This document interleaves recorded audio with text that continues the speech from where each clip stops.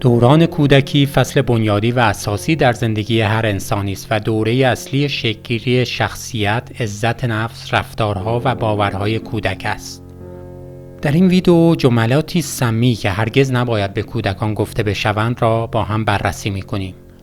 با آگاهی از تأثیرات این جملات به کودکان کمک می‌کنیم خاطرات خوشی از دوره کودکی خود داشته باشند و با روانی سالم پای به دنیای بزرگسالی بگذارند.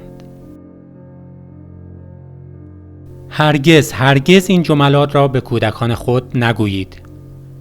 شماره 1. گفتن جملات تحقیرآمیز در مورد ظاهر کودک.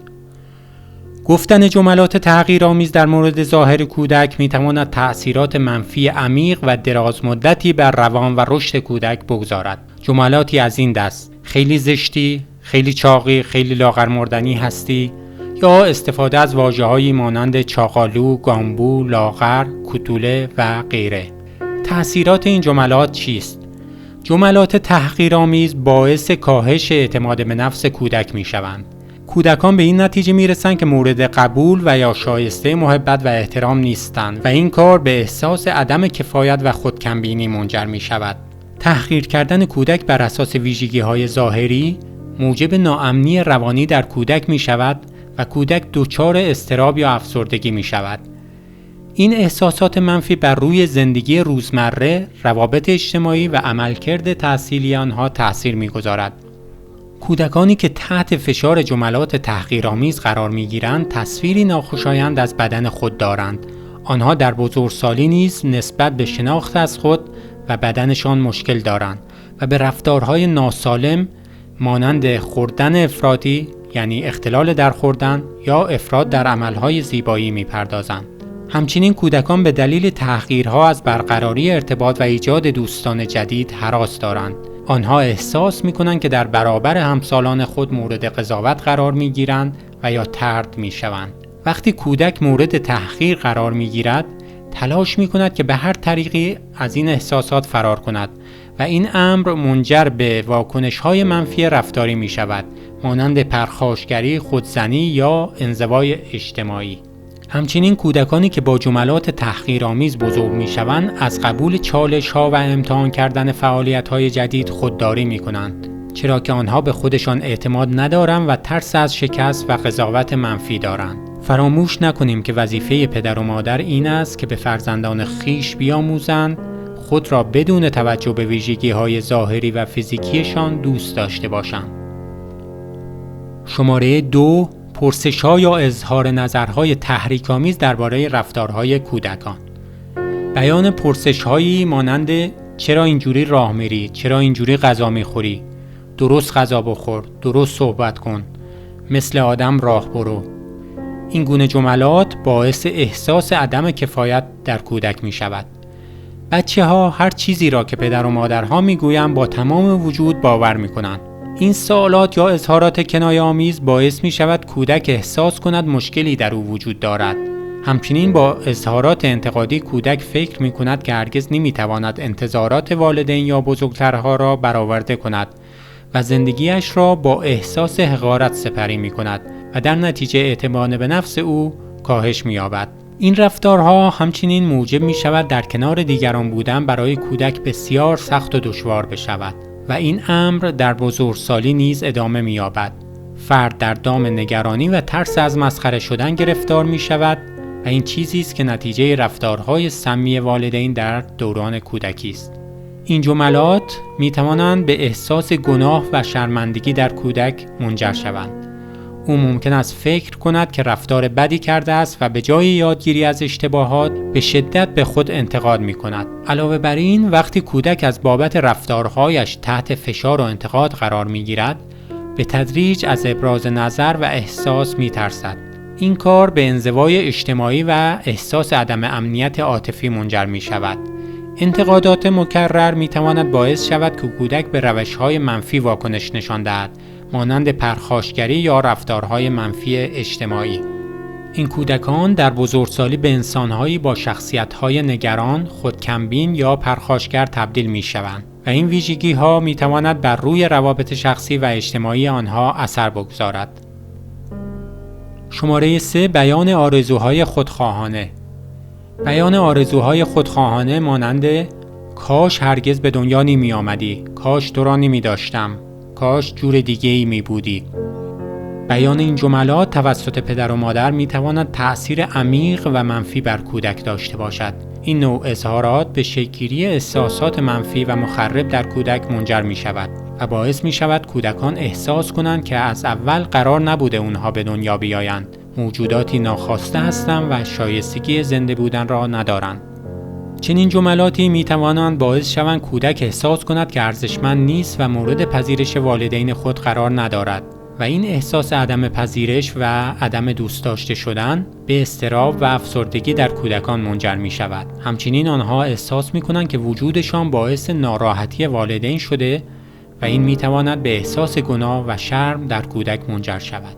این گونه سخنان حتی برای افراد بزرگسال نیز مخرب و غیرقابل تحمل است. بنابراین چنین جملاتی می تواند هویت کودک را نابود کرده و منجر به خودآزاری و افسردگی زودرس شود. یادتان باشد والدین باید به گونه‌ای رفتار کنند که فرزندان احساس دوست داشته شدن و ارزشمندی داشته باشند. شماره 4 گفتن جملاتی که گویا کودک باری اضافی بر دوش والدین است. تو برای من خیلی خرج داری، مراقبت از تو خیلی سخته. چقدر سخت بچه بزرگ کردن، خسته شدم ازت. گفتن این گونه جملات سبب می شود کودک خود را یک موجود اضافه و مزاحم احساس کرده و به طور ناخودآگاه نیازها، مشکلات و احساسات خود را از ترس اینکه با رفتار خشن والدین مواجه گردد از آنها پنهان کند. برخی تحقیقات نشان داده است کمبود محبت و عشق و احساس سربار بودن خود یکی از دلایل گرایش برخی از کودکان به رفتارهای ناهنجار از جمله دزدی می باشد. شماره 5 مقایسه های ناسالم.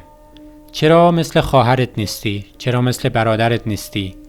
بچه های مردم بهتر از تو هستند. چرا تو مثل بچه های دیگر نیستی؟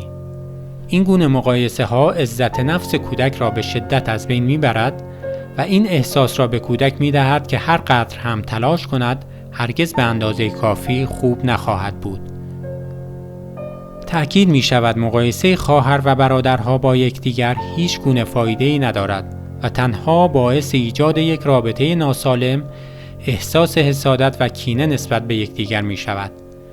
به جای مقایسه باید به فرزندان فرصت‌های مساوی داده شود تا هر یک هویت مستقل خود را بسازند.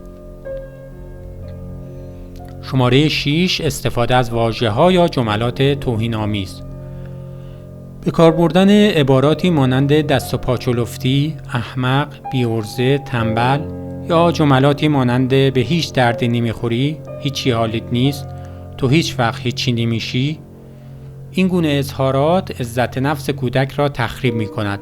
استفاده از کلمات توهین‌آمیز به تخریب شخصیت کودک و ایجاد حس بی‌ارزشی در او منجر می شود.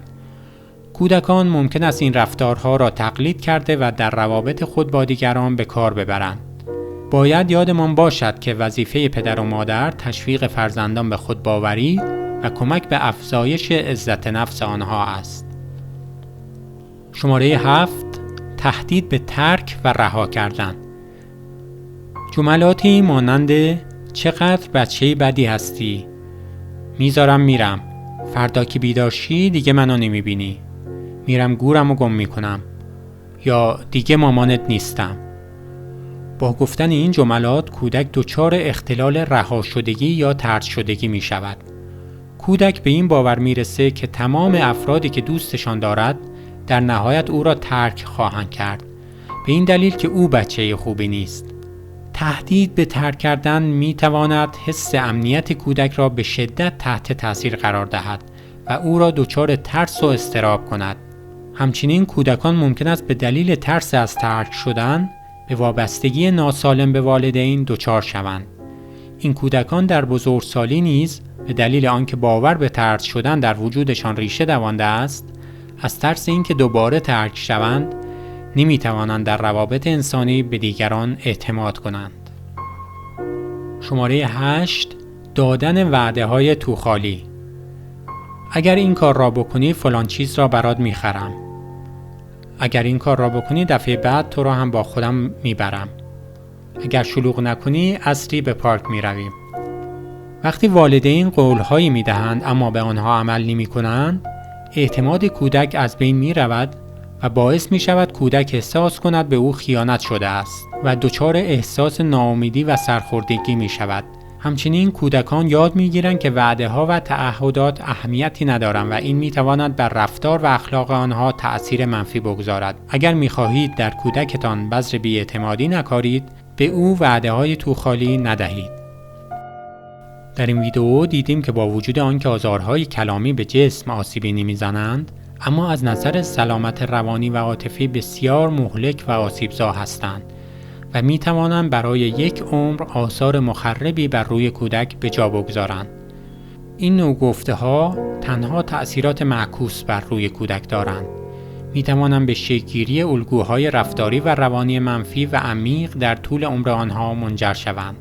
توجه به انتخاب کلمات و نحوه بیان نظرات و احساسات در برخورد با کودکان بسیار مهم و ضروری است. همچنین حمایت، محبت و تشویق می تواند به رشد سالم و خوشبختی کودک کمک کند. برای پرورش یک محیط حمایتی و مثبت، مهم است که پدر و مادرها و بزرگترها به جای انتقاد به تشویق، راهنمایی و ایجاد فضایی امن برای ابراز احساسات و افکار کودک بپردازند. دوره کودکی شما چگونه گذشت؟ خوشحال می‌شوم تجربه خود را در کامنت ها با ما به اشتراک بگذارید. همچنین اگر افرادی را می‌شناسید که فکر می‌کنید این موارد برای آنها سودمند خواهد بود، لطفاً این ویدئو را با آنها به اشتراک بگذارید. از همراهی شما سپاسگزارم.